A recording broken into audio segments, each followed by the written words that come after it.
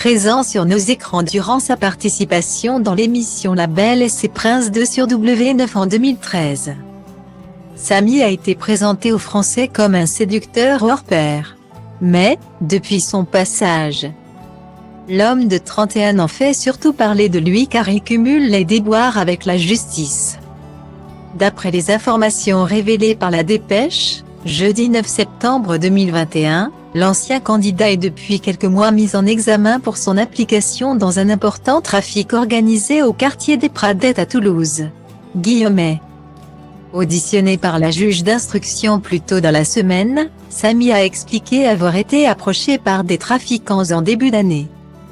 Et selon les informations du journal, le candidat aurait gardé la marchandise des dealers pendant plusieurs mois dans son appartement en vue d'obtenir de l'argent facile.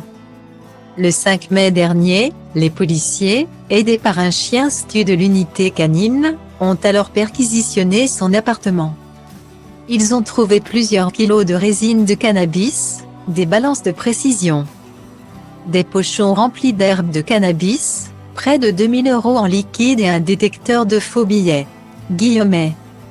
Un sacré butin pour l'ancien candidat de télé-réalité qui, durant son audition devant les enquêteurs, a avoué être une nourrice, rémunérée entre 3000 € et 4000 € pour son rôle.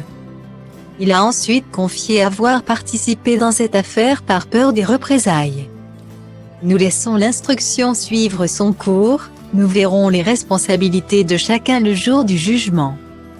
Ce n'est pas un trafiquant de stupéfiants et il n'a jamais eu d'antécédent judiciaire, a indiqué son avocate, Maître Seyi Majouba aux médias. Actuellement en liberté sous contrôle judiciaire, Samy n'a toujours pas été condamné par la justice. Des antécédents criminels.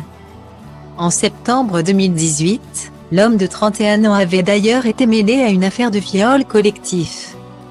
Une accusation qui s'était énormément propagée sur les réseaux sociaux et dont Samy s'était dédouané sur son compte Instagram. « Je suis accusé des choses très graves », la victime a publié sur sa story que ce n'était pas moi et m'a défendu.